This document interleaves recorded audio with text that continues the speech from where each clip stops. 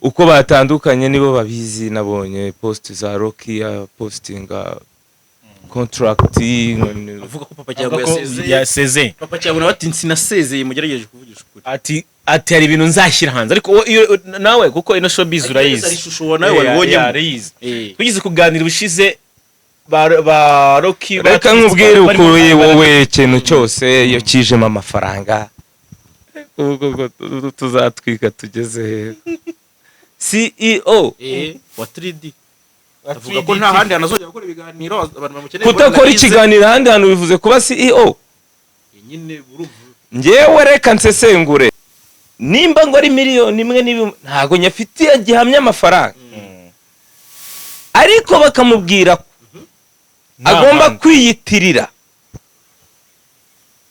iyo cano kugira ngo cano abantu bamukurikireho.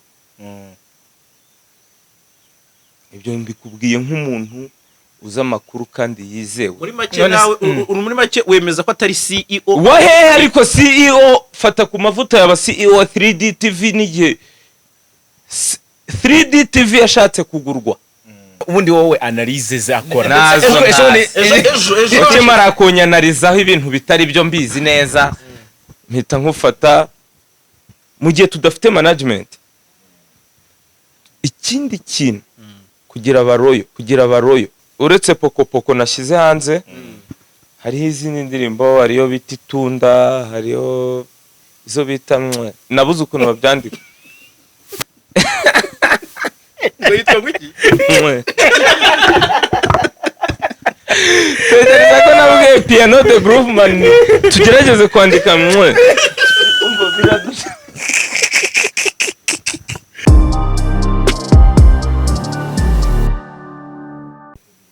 Yes, reka tubasuhuze mwese mudukurikiye muri kano kanya tunabaha ikaze mu biganiro bitandukanye tubategurira Jalas. Reka duha ikaze abantu bari mu Rwanda mu bice bitandukanye byarwo mu ntara enye ndetse n'umujyi wa Kigali tukatwicaye mu mujyi rwagati wa Kigali n'abari hakurya y'imbibi cyangwa se inkiko z'u Rwanda muri za diaspora zitandukanye. AmaG nayo ngo ni mu diaspora. Uyu munsi ni Iris TV ndetse na Jalas official tugiye kuganira na AmaG the Black. Ndabona ko wamugani ari mu ishusho y'aba diaspora nibo dukunze gusanga mu apartment ariko kuri no nshuro ndabona mu nzu idasanzwe ubwo araza no kutubwira ibyayo kuko ndabona hano atari Nyarugunga ntago ari Nyarugunga. AmaG umeze fresh ariko kuki mukunda kunsanga mwisanzwe kuki idasanzwe nanjye nk'umuntu ntayijya oya birakwiye n'ubundi ahubwo kuba uri mu idasanzwe natwe niyo mpamvu nyine namwe ariko muyirimo turimo twembe gusa twe tugusanzemo adutumiye muri na apartment idasanzwe. Ukomeze ikiganiro ani wawe naho duhera hangaha hano naho nta kibazo. Ubwo no kuvuga welcome home Vicenzo ni home nka yindi arena njya mbona mero ndavuga ati welcome home na ahantu ugera gake gine nka Bibiliya cyangwa ni ahantu hawe sa nkudusobanurira impamvu turaha ninge hari ibintu mpashinzwe muri Vicenzo turi kugenda tuza gake yari amakuru numvise ko bishoboka ko AmaG ashobora kuba afite apartment nshyashya etage nshyashya naho tunamusanze ibyo bintu bishobora kuba binashoboka. Ukuri nuko AmaG mbere ko tujya no ku bindi byose kandi wewe kutunyuza hirya no hino kuko nubundi cyese niba uhisha imitungo ejo bundi nagiye gusura Ndimbati nsanga bifite etage Karamo ndavuga ni wow abantu asitari bacu bagomeje gutera imbere. None uyu munsi sanze AmaG muri etage. AmaG ukuri nukuwe Vicenzo ni ahantu heza nk'uko mwahabonye. Ndumva ari ibyo uhari mu ruhe rwego waje kuruhuka wose uhari mu ruhe rwego twese duhari mu rwego runaka urumva nta muntu uri hano mu rwego rumeze ikiganiro wowe nabonye wowe urubyutsa ahantu hamwe mu byumba bya hano ni ukuruhuka bisanzwe cyangwa ni ahantu uri gutura worose wabyukaga ari ikintu wafashe ukwezi kw'ikiruhuko cyangwa za 2 weeks ati nafashe vacances oya ni ahantu nyine ameze neza na apartment nziza yo kuba umuntu yaruhukiramo ariko ntukabone ishuka ngo utekereze ko umuntu abyutse. Muri gukorana muti kugira ngo tutwere okay turi gukorana neza urumva ntago n'umuntu ufite nyine apartment ntago ari bya bindi by'abantu biyemera ngo mfite ibintu n'inshuti kandi nashishikariza n'abandi bantu kuzajya baza guteza imbere inshuti yanjye nkuko nanjye nteza imbere yego ni ahantu heza vrema. turi mu mpera z'umwaka urateganya kwamara nk'igihe kingana iki nta no gusoreza umwaka ukarira noheli bonane cyangwa n'ahantu waje ijoro rimwe bigahita birangira oya ni ukwasura bisanzwe kuko nyiraho nyine yaravuye hanze so rero kuza kumusuhuza abantu batagera ngo nataye urugo abantu bafite kuki yagiye n'iki AmaG yaraye mu gasozi none cyanakubwira ko nuko ngewe nkunda gutsima ibintu n'umugore wanjye ari hano ariko ntiwamubona twaza kumugwa gitumo mu kanya ntago bishoboka mu kuntu dukora hano ntago bajya baga umuntu gitumo nabonye wambaye na talent ahubwo ngira ngo King James ari hafa nawe arahari King James mugendaho ubwo ejo bundi album ye mutangire muyigure ni 5,000 kuri Zana Talent man njewe hari ukuntu nkunda ibintu mu buryo bwimazeyo King James niwe muhanzi wa mbere utuzaniye platform mu Rwanda dushobora gucururizaho ibihangano byacu Zana Talent ikindi nabikundiye nuko ni wowe wishyiriraho ibiciro by'ukuntu ucuruje ibihangano byawe ikindi nuko album yanjye yitwa ibishingwe nzayicururiza kuri Zana Talent kuri Zana Talent tuzabonaho ibishingwe muzabibona kimwe nuko namwe nkuko hari igihe ibishingwe bireba ibindi bishingwe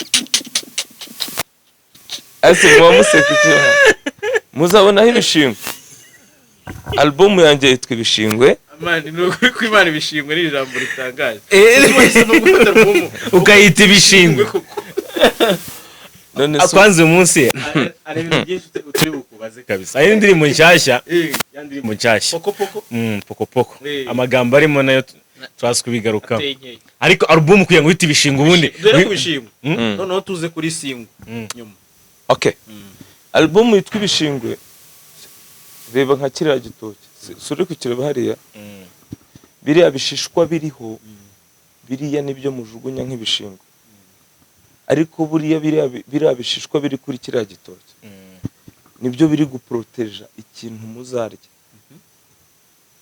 ariko iyo murangije kukirya bihinduka ibishingwe ntago ariko mutekereza ku myaka cyangwa amezi kiriya gitoki ibiriya bishishwa biriho bimaze bipevera umuyaga kurari ijoro birinze ya mineke y'imbere mukeneye noneho mwarangiza kuyibona rero muhita muvuga ati tu none iyo mubijugunye birongera bikaba ifumbire yo kuzamura ikindi gitoki muzarya ubutaha ariko ntago mubimenye iyo mutabikoze gutyo mubihereza inka kandi mukeneye amata mukeneye inyama mukeneye buri kimwe so rero album yanjye nuko ubihuza gute rero ubihuza gute n'umuziki wawe personally nuko mba mbibona imiziki yawe se nayo ugiye ni nk'ibishingwe donc cyangwa yagizwe ibishingwe irengagizwa kandi ifite uku bisobanure bihuza uva mu gitoki uze mu muziki ariko utwumvisha ibishingwe abantu baririmba ibintu bizima ntago babaha agaciro bamwe na bamwe hari indirimbo zita ok la musique est l'art de combiner les sons d'une manière agréable à l'oreille ariko nyine ndi kukubwira urumva ariko nubwo indirimbo nyinshi ziba ziryoheye amatwi ariko nta butumwa ahanini akenshi bakunda gushyiramo gukina indirimbo zifite akamaro zishobora kubwira abantu ngo mujye mu muganda zishobora kubwira abantu ngo twihangira imirimo zishobora kubwira abantu ngo mwakabyara mwaduhaye akazi. Ibyo rero ziba zafashwe nk'ibishinga. Merutse kugira ikiganiro na Bulldog aravuga ngo ikintu kitubabaza kimwe nuko dukora iza album mukatubwira ko ari nziza mukapreciya, ariko mwajya gutanga akazi mukagaha babandi muhora muvuga ko bakoze n'ibishingwe nyine nibyo nkubwira. Nimba Bulldog yerihinze kuva muri kaminuza y'u Rwanda icyo gihe hari kera, ukazana iyo myaka ngira ngo ni myinshi simubibuka, muri za 2005 wowe ukatuzanira Omale agafata amafaranga aruta ya Bulldog waririmbye n'ikinyarwanda, ntamufashe n'ibishingwe kuko wagakuye ahubwo kuyaha Bulldog agatera imbere, akaba ari ubwo kumva comment ngo mwabanze mu Nyarwanda ntago muzatera imbere kandi babima amafaranga. None se watera imbere gute nta mafaranga ufite? So nukuvuga ngo uryamye kuri ya ngingo ivuga ngo abanyamahanga mu bihorere abahanzi nyarwanda mu bazamu. None abo babazana ariko baduhembe kimwe, niyo mpamvu ari abanyamahanga baturenzeho. Wowe wafata amafaranga miliyoni 30 kaziha Bulldog ukamwira ko yaba ari kuri level ubu ngubu, ahubwo tumize nk'abantu babe. Ariko abahanzi namwe mushinjwa kwica isoko. Wenda niba AmaG zo standard ni miliyoni 2, akaba ari nk'abandi bahanzi 20 bari buze bavuga bati mpabdesa mpijana. Izo miliyoni 2 muziduye turi 10 nyine n'inzara n'ubukene. Abahanzi barakennye rega nimukajya mu bica hirya no hino, bagerageza kwipapa bakimama bakasa neza ariko barakennye.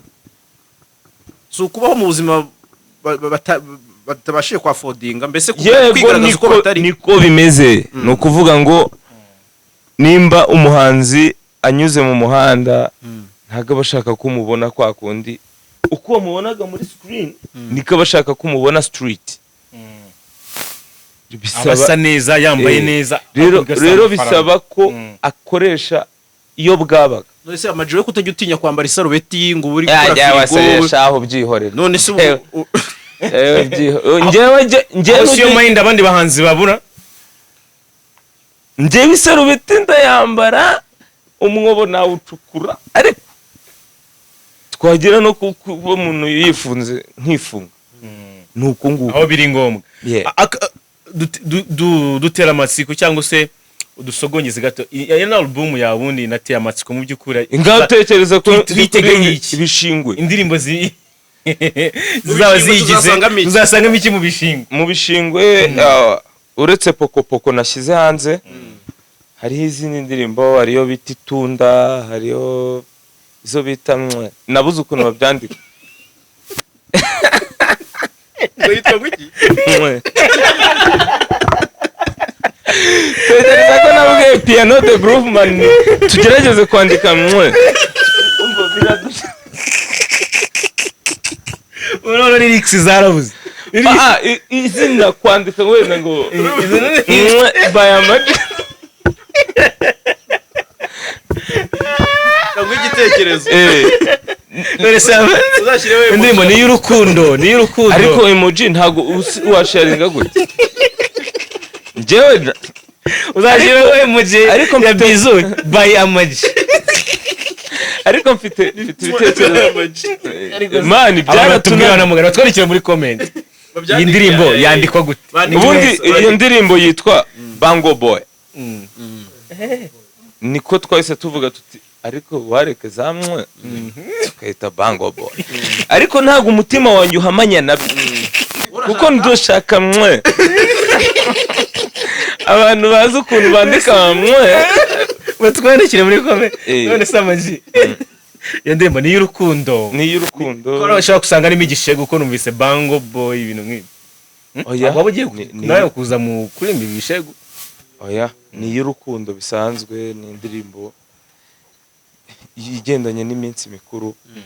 So rero imeze nk'agakayi azaziyada komsa, ntago ari ibintu Keve ku ruhande uri kuri kamera yaravuze ngo nukunyerera. ko ari kuyumva nikabyumva ubwo nibyo bimurimo. Okay, wari ukitubwira kuri album rero wenda sa nk'utushira ku mayange ni izo ngizo wenda oya ni nyinshi, hariho nyinshi kandi ikindi zana talent niho nzajya nzinyuza kugira ngo abantu bagende bakurikirana ibikorwa byanjye. Ndashaka no kuzishyira ku mafaranga make ashoboka 200 francs rwandais papa. album yawe izabigura igihugu cyose kizayigura mu gihe afata ku mavuta igura $1000 AmaG uraciriritse ndamaze ubwo sano utangiye gutesha agaciro ibengano byawe. ariko reka nkubaze ikibazo kimwe, ubundi se ko muzumvira ubuntu for free njyewe na 200 francs rwandais ariko indirimbo zizaba zirimo na nibishingwe nyine ntaribi ibishingwe bya Desi ya King James iri kugura $5,000 nabibonye afite na collab n'abantu benshi, ariko kugira ngo nyine hari reka mbabwire ikintu kimwe n'abakene nuko tutamenya kategori y'ubukene uko nibingana cyangwa se gupima igipimo ubukene. Umukene akeneye kumva indirimbo, ese nimba indirimbo zitazanyura ku maradiyo, umuntu ufite ibiceri bye 200 wenda ufite iyo bita ivata ngo kizabi twikwa mugabo babakuyemo iva, nuko uvuga ngo ivata, ariko mwagiye munadusobanura, murabizi ivata icyo bivuze ni urwevu, niva ari ukuntu umwana mukuramo ivata ubundi akabona yavuga. So rero abo bantu nabo bakeneye kurya show. Ntihanduza narabiririmbye kera ndababwira nti bakubitire aha nawe kubitire musha mu kabuga kamusha. Nabo bantu bo mu kabuga kamusha bakeneye kurya show, atari ngombwa muri Kigali Arena, nabo n'abantu. So rero niyo mpamvu navuze no kuri platform ya Zana Talent gomba kugabanya ibiciro n'abandi bantu bakayimenya bakanajyaho yes. Kanahisanga. Hanyuma ufite indirimbo yitwa Poko Poko. Yego. Niyo yamaze kujya hanze, niyo single iri hanze kuri album. Poko Poko umuntu akibyumva urumva ko harimo ibintu nyine ni poko. Nivata manyine abantu bavuyemo ivata. Nk'iryo jambo urishatse kuvuga icyo ari kuye. Poko Poko. Na inspiration yavuye. Ugira uvuga uti Poko Poko. Iyo inspiration n'ababeshye jewe mbabwiza ukuri ukabifata ukubishaka nkabisukuza byogoshe. Poko Poko nayikuye kuri umuntu witwa Fatakumavuta. Avuga ngo nararize ngo backstage he was there, wowe wari uhari wankoresheje n'ikiganiro wabonye ndikurira none si Poko Fatakumavuta narabimubwiye kutanabukubonye utari nyine ni Poko Poko ni kuvuga ngo rubanga ariko AmaG ariko kuki abantu bakunda kwibaza impamvu rira ndamaze nama bose ko barize bavuka nabo kuki ntabibyibazaho boko bavuka barize nigeze mbyibazaho. Wese uvuka ntiwarize? Nararize nyine ndacyarira noneho bitwaye iki? Ibigabo biragenda bikarira ku ruhande, umuntu aragenda kare nimba ndirira wenda ndirira mu ruhame reka nemera icyo cyane ariko mwese murarira ntimukazajya mutubeshya bro urumva. Ariko sinumva impamvu nimba AmaG emotion zimfashe nkarira cyangwa abantu babona utari emotionnel ku buryo umuntu wenda abantu basika abantu babarapera barakare babona wiriza, ahubwo bagakwiye kwibaza nigeze kubikubaza ngaho rira turebe wirize ubu uri kwisetswa ngayirize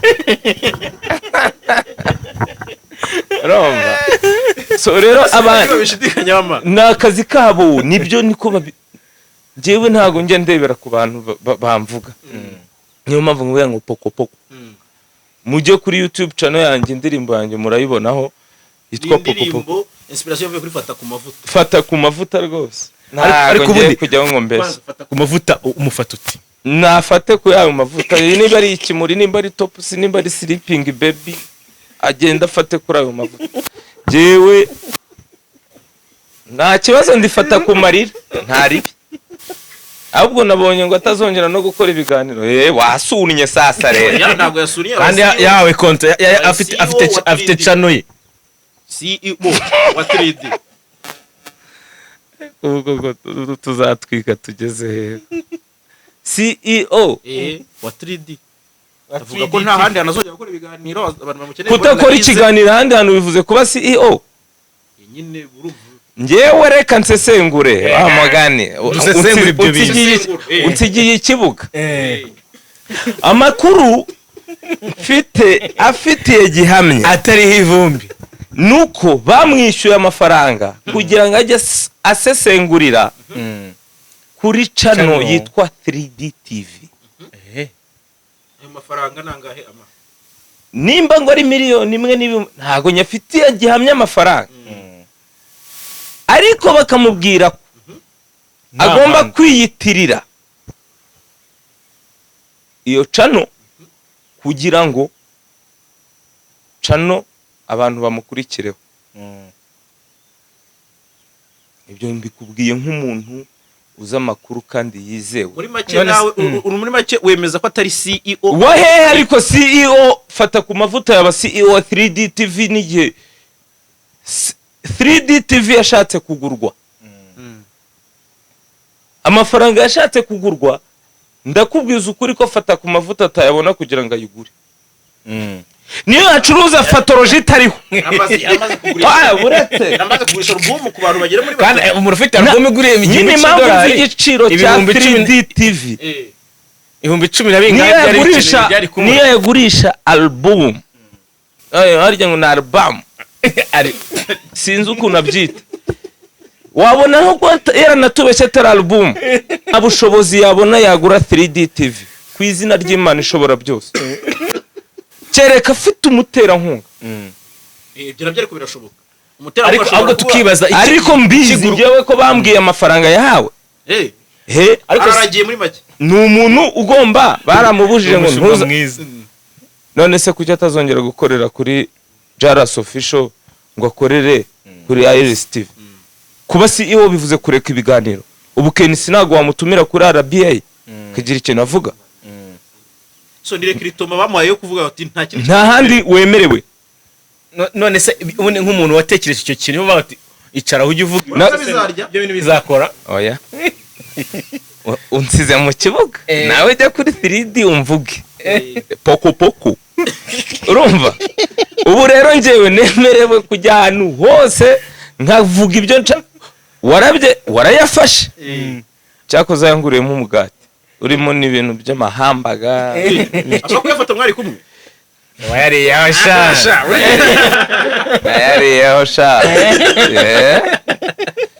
mu magambo yose nyamuna kuri analyse menshi nejo bundi kuki sataza nyine ngo yongere yanalize hano nanga yanalize yafashe amafaranga ariko nibyo nta managing ibintu by'umuntu wenda niyo murongo yabijyanyemo ariko ngiyewe ndi tayari kuvugira hose. Ejo bundi nabonye ariko nawe numpa amafaranga tukayumvikana uzambura handi nzakugumisha ndamwumva ariko urashaka umugati ariko se wowe mbona utabishobora ngiye byangamvuna ariko nkubaze ejo nabonye umugabo avuga ati ngewe atanalize zafata n'ubundi ati ni nko kurya isamaki melody none ubundi wowe analyze zakora ejo ukimara kunyanarizaho ibintu bitari byo mbizi neza mpita nkufata ejo papa cyangwa muri make analyze ze nta kintu kirimo. ejo papa cyangwa yaravuze harimo ubuntu bumwe na bumwe nibyo nangiye kuvuga. ejo papa cyangwa yatanze urugero avuga ngo uriya mutipe ni umunyabwenge man ko wagura avoka ngo nini ugasanga ngo n'urubuto ibyo gushyira ku biryo ni mbarwa ariko bimeze nk'urubuto wa mugani nawe ni kubyemera. uzi ko papa cyangwa ari umusaza ukuntu ubona urubuto ari runini kumva urubuto rwo runini harimo urushinge niba ishingwe ariko muba museka ari ukuntu ubunini bw'avoka bugushuka kumbe burya bwose harimo ikiri bujye mu ngarani kinini.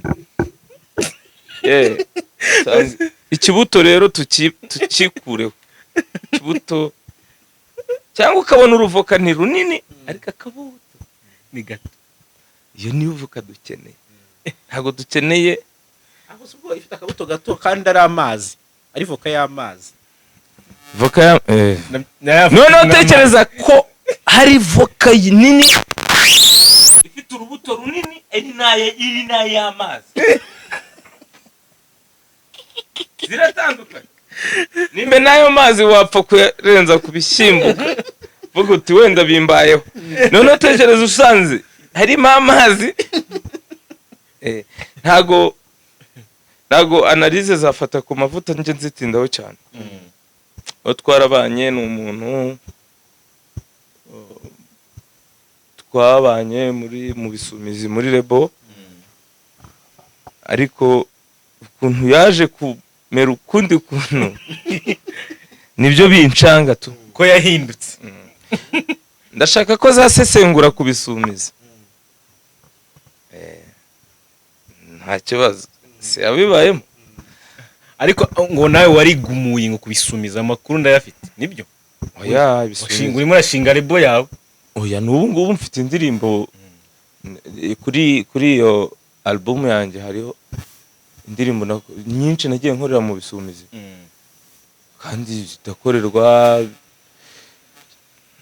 ntabwo nakugumura kubasaza. None se byaba bimeze nk'uko papa Cyangwe yagize gutya ariko wabibonye ko papa Cyangwe n'abakora batandukanye amakuru ngira ngo nawe ubuyabona. Nabibonye bari abantu nawe dufitanye indirimbo papa Cyangwe bivuze ko na management navuganaga nayo atari ubu ngubu mugomba kuvuga ntago nayikoze. iriya rebo mwagiye mugongana kenshi by'umwihariko kuri papa Cyangwe ariko biza kugenda birangira uvuga iki kwitandukana rya Roky na papa Cyangwe wabibonyemo iyihe shusho? Wabaye mu marebo nawe, wabaye mu bisumizi, wabaye muri super level, uko wayivuyemo turabizi.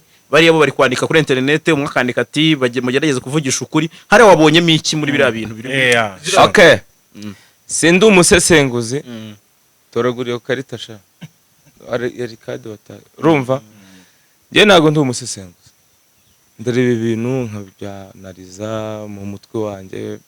Uko batandukanye nibo babizi. Nabonye post za Roky postinga contracting. Avuga ko papa Cyangwe yasezeye. Papa Cyangwe nabati sinasezeye mugerageje kuvugisha ukuri. Ati hari ibintu nzashyira hanze ariko nawe kuko ino showbiz urayizi. Ari shusho nawe wabibonyemo. Tugize kuganira ubushize ba Roky reka nkubwire ukuye wowe ikintu cyose iyo kijemo amafaranga. Ibindi byose uri kuvuga ngo twabonye ngo iyo hajemo amafaranga Eren kabisa. Iyo hajemo amafaranga abantu bavuga ko ari ugutwika bino bintu kugira ngo batwikire. Iyo hajemo kushiranza amakontra amafaranga mwana n'ibindi bintu.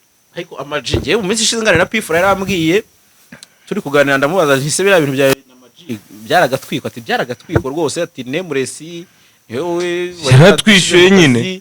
Njyewe ndumana na P4. Njyewe ndi umukinnyi wa filime bro. Ira nayo yari yindi muzindi.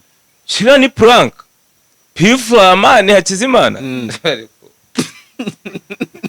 Ariko ntago yakubeshye. Bivuze ngo rero ibingibi byo bizana kontrare na noteri yabyabaye seriye harimo amafaranga. Kandi ndakeka ko papa Cyangwe akimara kubona urukundo yagiriwe kuri show ya Bruce Melody yitekereje ariko ubundi mbona ari neza ari wane niko ariko ngiye mbikeka umuntu ko mbona nkunzwe harabura iki undi bintu ariko si yibagirwe cyangwa se sibuke ko hari umuntu wamufashe akaboko kuva akamukora kuko yitwa King Lewis already turamuzi ariko ntago twareka kuvuga ko Roky yashyizeho itafari rikomeye cyane sibyo urabizi cyane Jaras wababizi cyane ariko nanone nibivuze kumupyinagaza kumbwira ngo ndi umugabo naragushatse nk'umugore narakoye ntibivuze kumbwira ngo hitanga umesa zino nkweto ngo mbone itorosho waye kamuye no emera ko ibyo bintu muri shop ibyo bintu muri showbiz bikunda kubaho byabayeho kuba manager benshi ariko iyo urebye ari abantu batangiye kuvuga ngo buriya ubwo atandukanye nawe nibyo nkubwira ngo ntago azabishobora agiye no kuzima cyose si byavuzwe kuri ba Harmonize bantuza baza oya bagende ibyo mu Rwanda ntago nyetse bande amagera mu bibutse bitiranwa n'ibintu bya bombo za kera yarangiye neza se buriya banamuganira yarangiye bisubiye inyuma ahubwo icyo nashagiye kuvugaho gatoya gutandukana kwa papa Cyangwe na Roky ariko ubundi eske ikintu tugomba kwibaza batandukanye neza bisa nkaho atari neza ko bari kuvuguruzanya harimo akantu rero ni ikibazo kuko njye ndi inshuti ya papa Cyangwe ndi inshuti ya Roky kugera rero kuvuga ibintu bishobora kongeraho impact mbi kuri papa cyangwa se kuri Roky wakwinumira kuko nzakenera Roky nzakenera papa Cyangwe rero singiye utangiye guhisha ukuri ikintu abahanzi mushinjwa nawe wabagiye guhisha ukuri ntako nzi noze mvuga ibyo ntazi ukuri kwawe uko ubibona sange muri umwe muriho umwe yahemukiye undi nta kintu cya kandi njyewe ndamuzi wahemutse ndamuzi niwe nde niwe njye fasha gutya ariko abanyamakuru mujye munadufasha reka ngufashe rwose ni ukuvuga ngo ibi bintu bya management nta management mu Rwanda yari yabaho iri kuri level yo kumanaginga umuhanzi kubera iki confidence z'abahanzi aza gukeneye ariko yakimara kubona audience aravuga ati bya bintu burya byaciyemo icyo ni kimwe ati Richard ndagusezeye ku mugaragaro management rero yindi je naramusezeye ariko management ya kabiri ni iyihe aho nandi kuvuga apa ari umuhanzi noneho umuhanzi arangije gusezera arigende noneho management nayo ite amafaranga namutakaje nari nzi ko aribwo ngiye kumunyunyuza none kiranciciye muri birasaba ko umuntu uzajya asinyisha umuntu imyaka 100 kandi namuyobokeye yarabivuze kuko jewe imyaka 2 n'uyinsinyisha nkatangira kubona udukontara two ku ruhande nk'ubundi brand ambassador wa engine chef w'umujyi ndi brand ambassador wa Zana Talent ntabwo wowe uri manager ngo nsinyure utwo dukontara ushaka ko za pourcentage noneho ziguma kwa kundi ndakubwira ati ariko nanjye King James yampamagaye nanjye nyine akavuga ati uribuka ibintu twasinye ndaramuka nkubonye wasinye birabe ni 30% ubyibuka niyo ugomba gusigarana kwigobotora rero iyo kontara nibyo Harmonize ejo bundi yavuze yagurishije imitungo kugira ngo yikuremo iyo ubonye uvuyemo yewe umuhanzi wese uri muri rebo ngira ngo kugira ngo ni experience uri kuvuga ariko wenda umuntu wayidusharinga no umuntu agufatirana n'ubukene man akagukoresha icyo ashatse watangira gukirigita ku bukire akavuga ati we ugomba gukomeza ukeneye akagupyinagaza noneho iyo uri umudanjere uramubwira uti cunda warebye nabi ikibazo kiri kuki Richard atagukurikiranye mu nkiko agakurikirana Melody nkuko nakoreraga yari afite none ari kunkurikirana hari deni nari murimo uzabimubaza cyane amafaranga wakoreraga kontara byarangiye mwarasheshe amasezerano yarasezeye yewe navuye muri Rebo bro ko atakurikiranye safi wakoranye na iyanyasa kanambare nandi marinette bro yani ndabona waje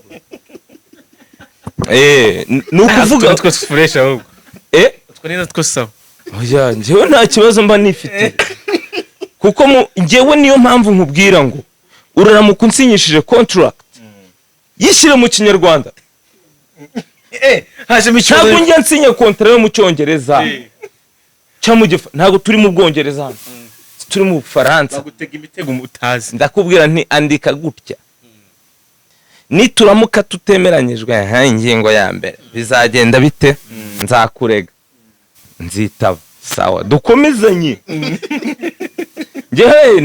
none ikibazo cyabaye nuko ira kontra ya Richard yari mu cyongereza ya mu kinyarwanda ya super level mu kinyarwanda nta kontra nyansinya yo mu rundi rurimi rutari kinyarwanda je hariyo nzi wasinye itari mu kinyarwanda ubwo ariko twararangizanyije ya Ebola yivuge Airtel yandi ari byari bikomeye kuko bambwiraga ko umuntu uzayisemura adahari ngazabaza ndavuga ni mwe muyampaye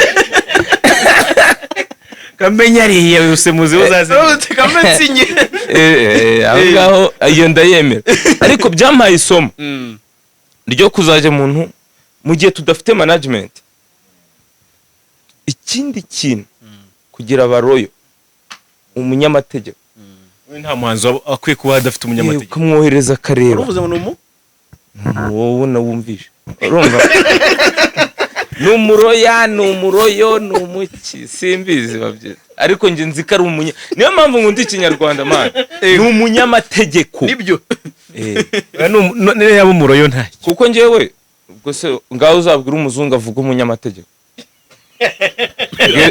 ntabwo yabishobora ngewe kuba nabikotoramo indi jambo mvu umuzungu anemaje ushize ajyamwe nguzabwira umuzungu ngo kavuna umuheto yabishobora ntabyo azi kereka mvuze umunyamategeko nabi aho ngaho naba mfite ubunyarwanda buke cyangwa se kutamenya ururimi rwa bivugwa ko generation y'ubu ngo itazi ikinyarwanda neza itazi icyongereza neza n'igifaransa neza biterwa n'iyo generation yari ndavuga igezweho ubu ngo abantu igezweho hese bavuga natazi ariko abana b'iki nabo nahoze mbona n'abahanzi bashyashya bari kuzamuka nahoze mbona Neso uramuzi Neso naramubonye ukuntu namubonye ni kuriya namwe mwamubonye nta bindi bintu nshaka kumuvugaho wabonye n'umuhanzi mugenzi wanjye ukoze uburyo ntabyo nzi uko wamubonye niko namubonye hari igitero cy'indirimbo yo wibuka ntago ntacyo nzi ari indirimbo yuzi se basi wowe ukuntu wamubonye ahubwo Nesa shyira indirimbo hano kuri Zana Talent ucuruza indirimbo zawe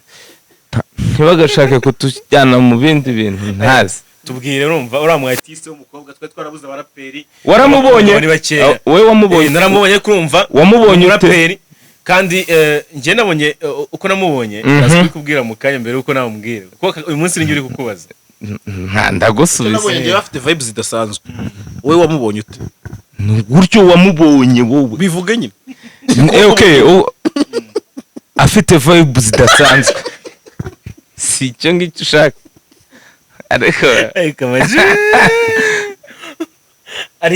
ariko AmaG ari interview twabuze turebana kare ariko aravuga ati arantu yankwebye ndi kumubaza zira prank bakinaga we na Pifura kandi AmaG abantu bamuzi nk'umuntu utakina ibintu by'amafilime ameze kuri kuki watubeshye aya mafaranga Wowe nande, wowe nande. arabambura Pfra niko yambwiye yavuze yavuze ko Nemurese ngo ageze aho ngo amafaranga akareka kubishyura ngo nyine episode zari zirangiye.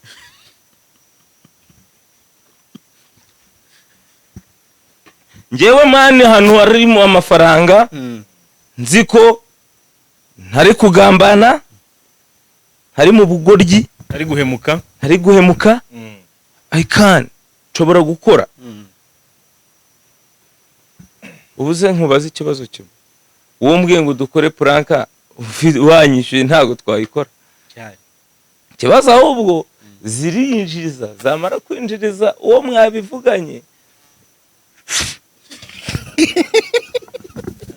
kamubaza se bro bimeze bite, agahita akubwira ati bro ndi mu nama, kariya kantu kandi mu nama nako mugatekereza. abantu benshi badakunda kwitaba telefone niko bavuga ngo buretse ndaje nkuvugishe gatoya, buretse ndi mu nama kandi umuniga ibyo bintu reka tubimene nk'ibanga babimenya abantu.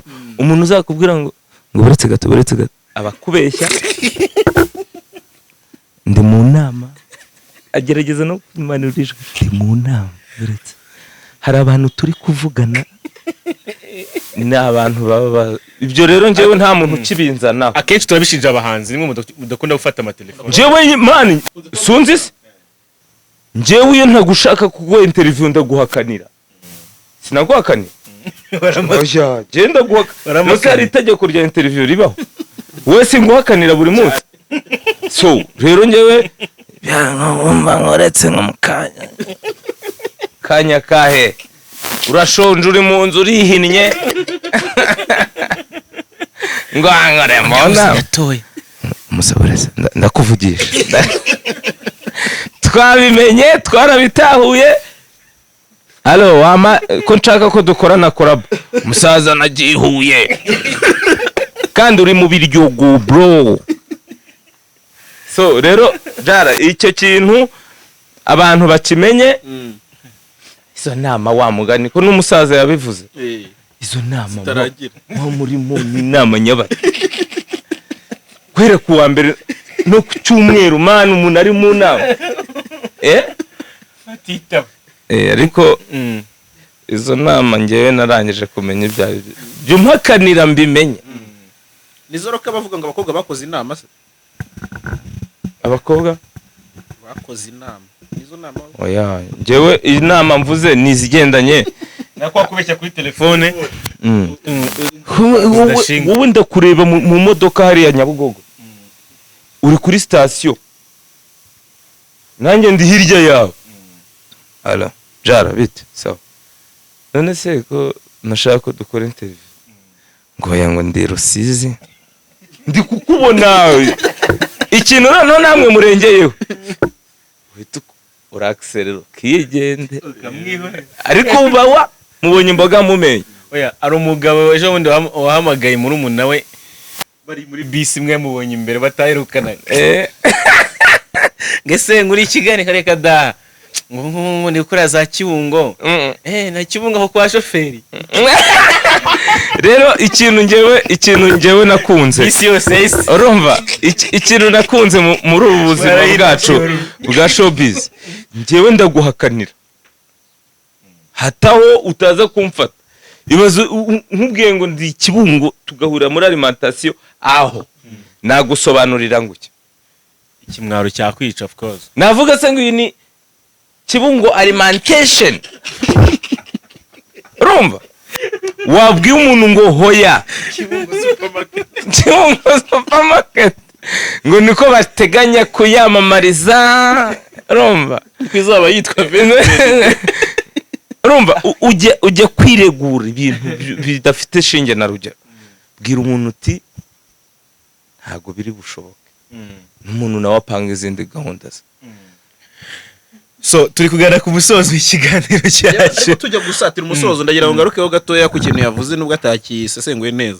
Urabona ari iki papa cyangwa agiye guhomba gutandukana na Roky nk'umuntu wabaye mu maribo nyuma kanikorana uhombye urabona ari iki kigiye bombi nta ubizi nta kintu tuzi namba. Roky ashobora guhomba, papa cyangwa agashobora guhomba. Icyambere nuko sinajya kuvuga ku bishoro by'umuntu ntaza ibyo yashoyemo. ariko uramutse nk'umugira inama akakanya nka murumuna wawe nawe wavuye muri lebo. Ikintu nababwira cyambere papa cyangwa n'iki yakora kugira ngo no kutayirimo. Nicyo akwiye gukora. Umva nkubwiza ukuri. Yitegura iki? Yitegure gukoresha imbaraga nyinshi.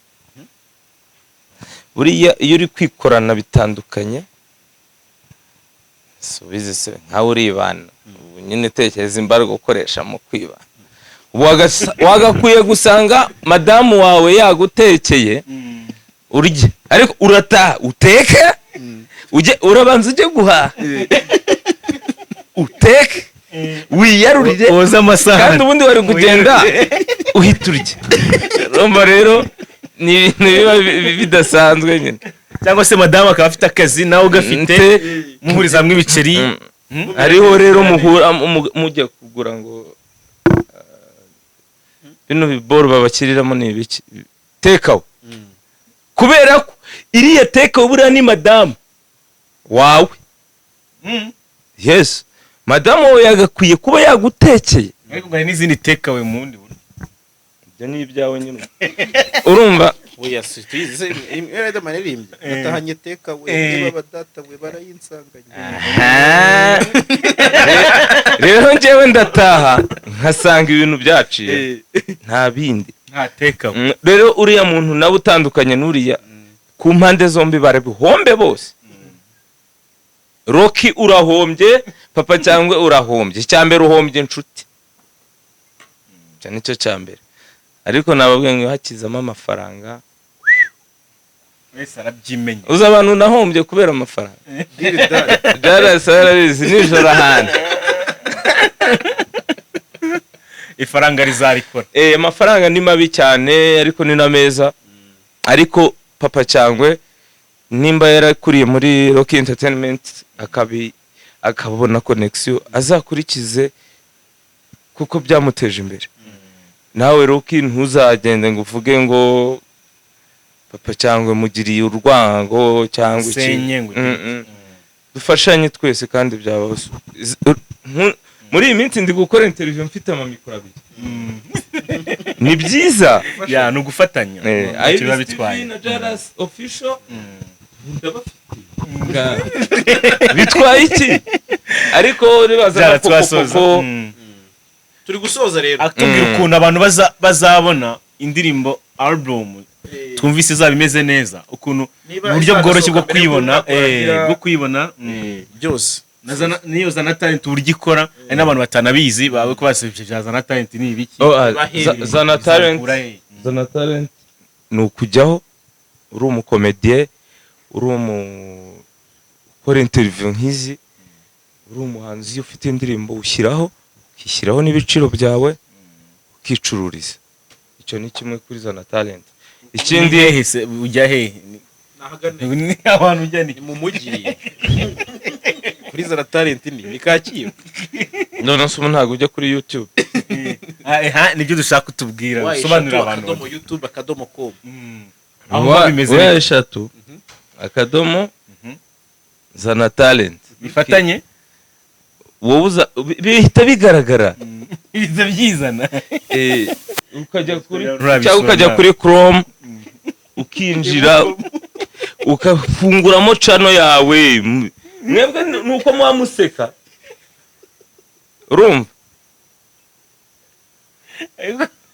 jara gabanya ibitwenyo ukinjira muri none se umuntu ugura ubundi ndirimbo, umuntu ugura iyo ndirimbo cyangwa se ugura iyo ihangano cyawe abisangaho. Amabwiriza arakurikizwa bisangaho. uragenda ukareba ubisanga. ubwo album niyo tuzayisanga rero. Niho nzayicururiza kuko nabonye abantu ibiceri 200 babyitanga ibicwa. Ureba indirimbo ibishingo n'ubundi kurumva kuririmba nyina kinje musi ndirimbo ivuga ngo niyo cyaba igiceri kijana ndaje urakibutse. ifaranga ni ifaranga none birangiye mugeze mu Rwanda rw'amafaranga. niko rero bimeze. Kindi ari tombora ya engine, ndi chef w'umujyi. Ugiye kuri station zose za engine mu Rwanda Esanse ya 5. we ubusobanuro baravuga. we ngutungiye agatoki jyayo. Reka dusoze Anje baranyanditse. Barakwanditse tunasoza umwaka. ari kubamenyesha ati mu ntombore. Ariko mwagiye musaba akazi wowe engine Iris TV arasaba akazi ko yazajya atangira ikiganiro avuga ati munyweshe kuri engine. Turi kumwe, hari abantu nabonye sinshaka ko wasenge ndabikata akabanyakira akazi ariko ni brand ambassador. ugatangira uvuga uti muraho neza abantu mudukurikiye muri mu nkengero z'iki n'iki, turabamenyesha ko hari promotion ya engine. Ushobora kugenda ugakora ibi n'ibi ukaba watsindira imodoka. Saba akazi buri munsi tukabivuga. Buri munsi uko ugiye gutangira ikiganiro ukabivuga. Nkabivuga Na Jarasi yafushye. ubwo naje avuga zana talent buri munsi. Mbikorera hano kuri apartment yawe ntari. Vincenzo. Nta kibazo. Ariko dusoze rero ama. Uyu mwaka uri gusoza, warawukurikiye, warebye uko wagenze wose. Ugiye gutanga igihembo nka best hip hop artist of the year, wagihande? Najya Bulldog. Kubera iki? Ukarenje waba ufite mu bushobozi.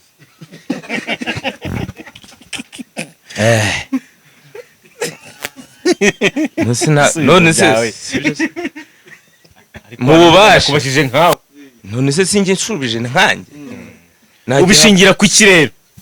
Bulldog ni umuntu utarigeze acika intege muri music nyarwanda, kandi ni umuhanzi mukuru, kandi nakunze urukundo afitanye n'abahanzi abashyashya, kandi ni n'inshuti yanjye n'ikimenyane kizamo.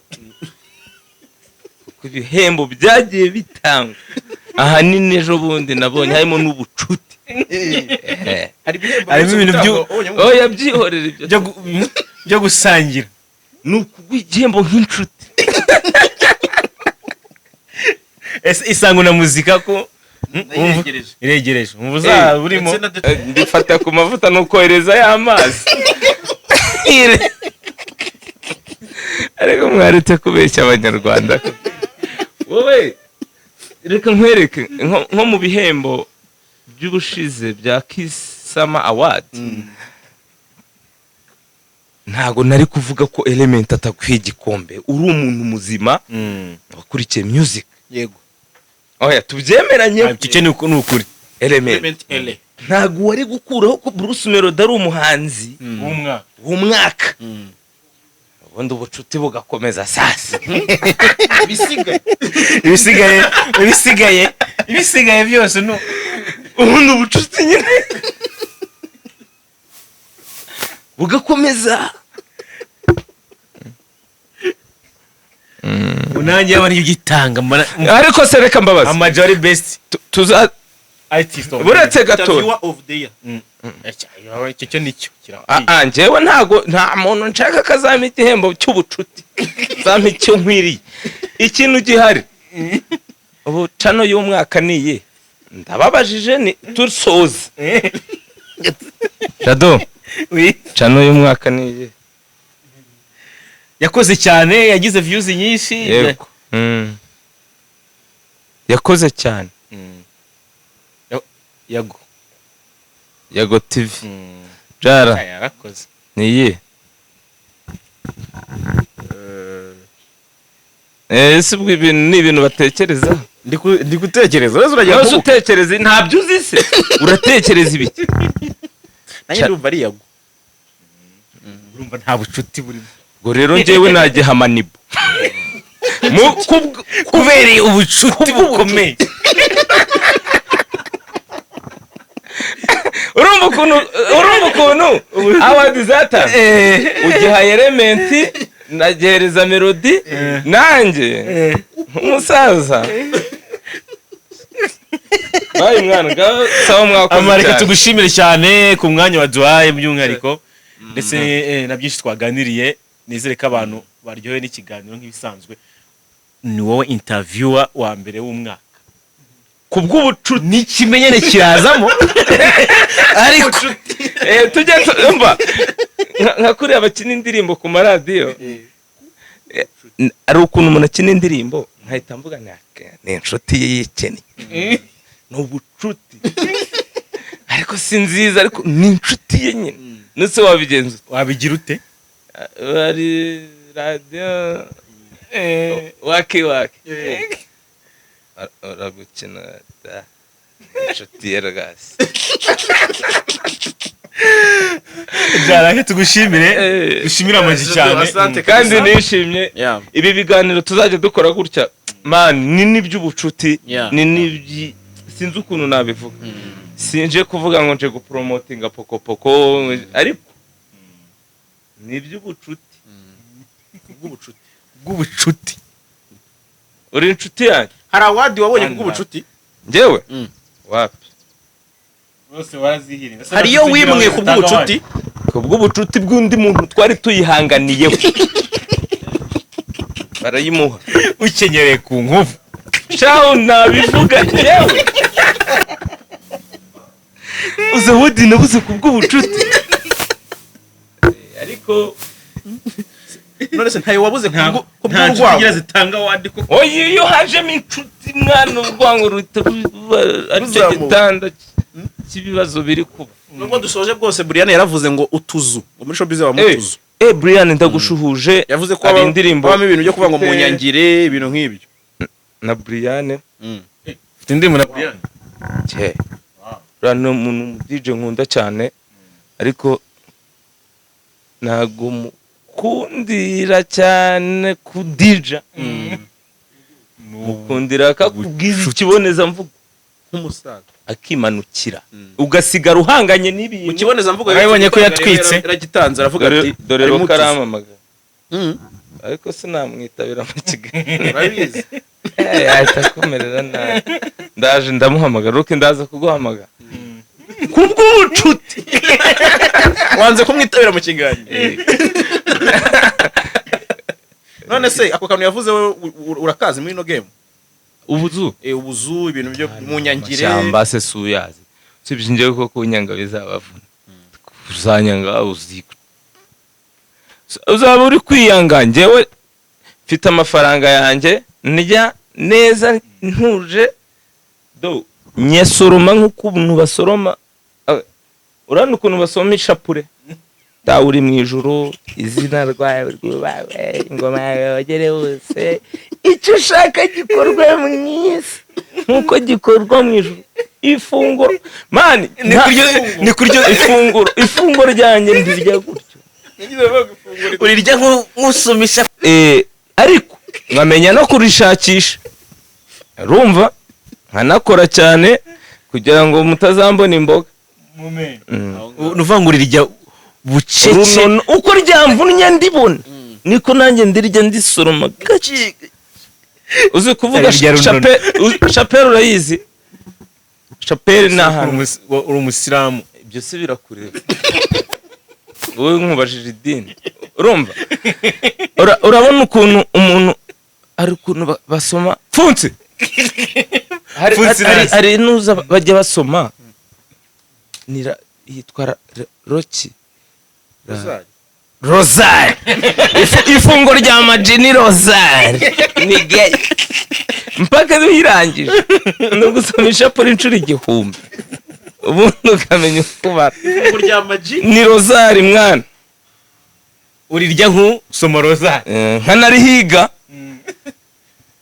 nkukoze opposite yo gusoma Rosari wiruka fo namwe kandi niko iki kintu gitwara natwe turiryo natwe turiryo ikintu gitwara amafaranga yanjye cyane ni inshuti uratanga cyangwa urasengera oya ndatanga ndafasha ariko nanjye nkifasha oya nibyo kwirwana nawe yaratanze nawe ntiwibagirwe iteka kwa fatakumavuta si bamaye award cyangwa se certificate y'ishimwe yuko hajya ni ku murenge ni ku karere kagari ko ara mu nce zo kwa bafata ni mu Gitega. Ubwo se mwebwe hano ntago nasengere oya tuvugisha nako kantu mba nshyizemo wenda karumvika kari bweditingwe oya kandi abahemereye neza ari abakameze amakuru cameraman Muryoherwe. icyaka kimeze erega twe turi imbere ya yaje yangiriye ariko wasengereye mfasha abahanzi hari akantu mujye muzana ngo umuhanzi ukizamuka nta n'umuhanzi wazamutse zamuka ajya kiri kazamutse kuri 40 twese tuba twishakisha kuko dukeneye ariko The Ben yatangiye kuzamuka nabibonye abibonye ko yageze hejuru iriya hakurya iriya naho hari gushaka ntabwo umuhanzi ashobora kuzamuka kuko urazamuka ugasanga hejuru yawe hari ese nta bagezeyo oya urugero bariya na Koffi Olomide ejo bundi Beyonce ese Beyonce ari umuntu Beyonce yagezeyo mu buryo bwa business na Jay-Z ariko mu muziki arabyuka agasanga Migos yamukubise gasanga ubuse Britney Spears man tureke ikiganiro kirangira byaradusoza reka tumushimira AmaG yakoze kwemera ndabona afite agakapu kameze neza kano niko njyambikamo amafaranga yanjye harimo ibiceri nayo shanai mwayamaze igihumbi cy'idolari ugiye kugura alubumu jewe alubumu yanjye igura amafaranga 200 nta bindi ibyo byafatoroje mugura bidahari urazana gufatoroje ya miliyoni ariko miliyoni kuki muyikinisha igihumbi cy'idolari aramagiye gupfa batayatunze umuntu wese uzakina n'amafaranga tuzagirana ikibazo kabisa amafaranga data mujye hano mugure indirimbo zanjye nongeye gutangira ujye kuri Zana Talent mugure bishingwe murakoze amani ahubwo se abantu bazazigura bazaba bafite bafite umufuka umuntu akanashyize